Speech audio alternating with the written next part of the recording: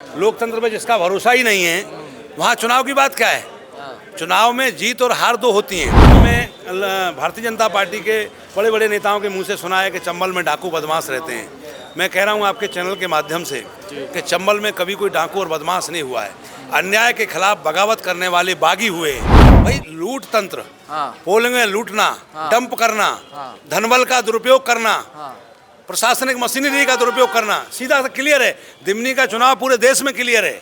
मध्य प्रदेश विधानसभा चुनाव के नतीजे सामने आ गए हैं। नतीजों में भारतीय जनता पार्टी ने एक बार फिर पूर्ण बहुमत से मध्य प्रदेश में सरकार बना ली है।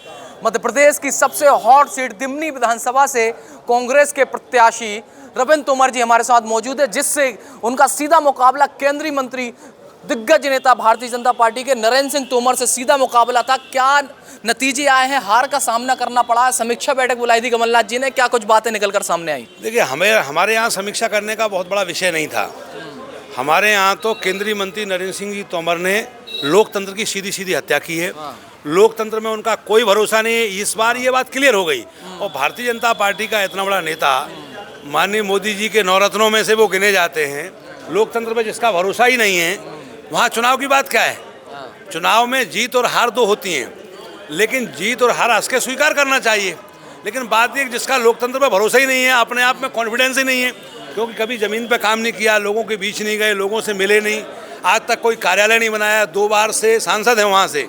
और अभी आप फिर देख लेना, जनता निराश होगी। 1 महीने बाद इतनी हलचल आ जाएगी दिमनी में, क्योंकि वो किसी से मिलते नहीं, ना किसी का फ़ोन उठाते। तो ये मैं कह सकता हूँ कि जहाँ भारतीय जनता पार्टी के इतने बड़े नेता का लोकतंत्र पर भरोसा नहीं है, तो क्या हम उससे उम्मीद करें। और रहा सवाल हमारी आवाज़ का, मैंने चंबल क्षेत्र की आवाज़ हमेशा उठाई है और मैं फिर उठाऊंगा और उठाता रहूंगा, क्योंकि हमारे यहाँ हज़ारों एकड़ भूमि चंबल, आसन, कुआरियों, सिंध के बिहड़ों में पड़ी है। हमारे यहाँ जो नौजवान बेरोजगार होते हैं, वो जो सरकारी नौकरी नहीं मिलती, तब वो कहाँ जाते हैं? दिल्ली, बम्बई, कलकत्ता, पूना, हैदराबाद, सूरत, बड़ौदा, अंकलेश्वर, अहमदाबाद जाके छोटी छोटी नौकरी करते हैं। मैं चाहता हूँ कि वहाँ उद्योग धंधे लगाए जाएँ और उद्योग धंधे वहाँ लगें, ताकि नौजवानों को रोजगार वहाँ मिले, पूरे माता पिता की सेवा भी कर सकते हैं। चंबल का जो चित्र है वो लोगों के दिमाग में गलत तरीके से फीड कर दिया गया। और मैंने विधानसभा में क्वेश्चन के माध्यम से वो ये बात आवाज़ उठाई थी मैंने, कि चंबल में भारतीय जनता पार्टी के बड़े बड़े नेताओं के मुंह से सुना है कि चंबल में डाकू बदमाश रहते हैं। मैं कह रहा हूँ आपके चैनल के माध्यम से कि चंबल में कभी कोई डाकू और बदमाश नहीं हुआ है। अन्याय के खिलाफ बगावत करने वाले बागी हुए हैं। बागी और डाकू बदमाश में बहुत अंतर है। तो मैं चाहता हूं कि ऐसे अच्छे लोगों की सेवा करने के लिए, उनको रोजगार नौजवानों को देने के लिए भारतीय जनता पार्टी की सरकार, मध्य प्रदेश में मैंडेट मिल गया, राजस्थान में है, यूपी में है। तो मैं समझता हूं कि जो सीमावर्ती क्षेत्र है, इसमें इंडस्ट्रियल कॉरिडोर आना चाहिए, ताकि लोगों को काम मिले। रविंद्र जी, 2018 में आप विधायक चुन के गए, दिमनी विधानसभा 20 में अच्छे खासे काम किए, विकास कार्य किए। अभी 2023 के विधानसभा चुनाव में भी एक बड़ी भावुक करने वाली आपकी वीडियो सामने आई। एक मंच के दौरान आपने रोते हुए जनता को संबोधित किया। आखिरकार इतनी हाईलाइट सीट थी, इतने बड़े केंद्रीय मंत्री से आपका मुकाबला था, कहाँ चूक रह गई, कहाँ कमी रह गई, क्या लगता है किस वजह से आप हारे हैं? कतई चूक नहीं हुई। लूट तंत्र का क्या करोगे?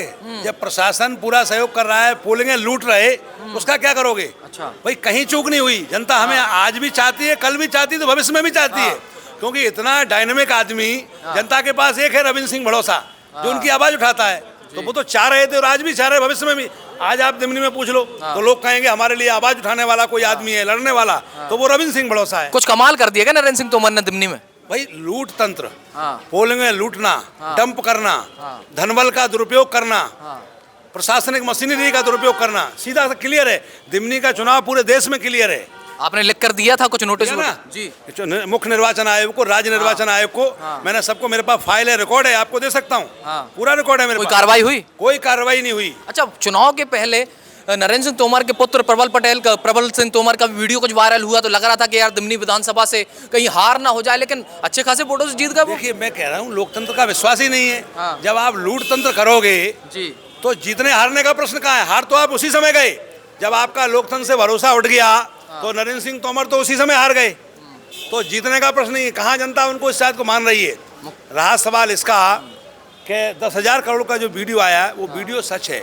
वहाँ कनाडा में बैठा हुआ वो जगमनदीप, जो उनका वीडियो जिसने वायरल किया, वो उसकी जांच का विषय है। मैं मांग कर रहा हूँ आपके चैनल के माध्यम से, कहाँ है सीबीआई, कहाँ है ईडी, जिसको लगा करके उसकी जांच कराई जाए जी। और उसको वो तो सच्चाई है उसमें 10,000 करोड़ का हवाला खंड है वो। हाँ। और उस पर कहीं भारतीय जनता पार्टी की केंद्र में सत्ता है और राज्य में भी मैंडेट मिल गया है, उसकी जांच होनी चाहिए।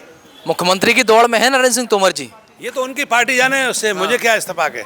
क्या लगता है आप दिमनी विधानसभा में क्या मेहनत करते रहेंगे या लगातार? लगातार संघर्ष करूंगा, आवाज उठाऊंगा जब तक ये काम पूरा नहीं हो जाएगा, जब तक उद्योग क्रांति नहीं आएगी। वहाँ चंबल के घाट नहीं खोले जाएंगे रेत के, शांति से नहीं बैठूंगा। नौजवानों को रोजगार नहीं मिल जाएगा, किसानों को हक नहीं मिल जाएगा, बैठूंगा नहीं। ये थे हमारे साथ दिमनी विधानसभा से रविंद्र सिंह तोमर, जो कि नरेंद्र सिंह तोमर से चुनाव हारे हैं दिमनी विधानसभा से, और काफ़ी कुछ बातें उन्होंने आज हमारे इस चैनल के माध्यम से कही और लगातार संघर्ष करने की बात कही।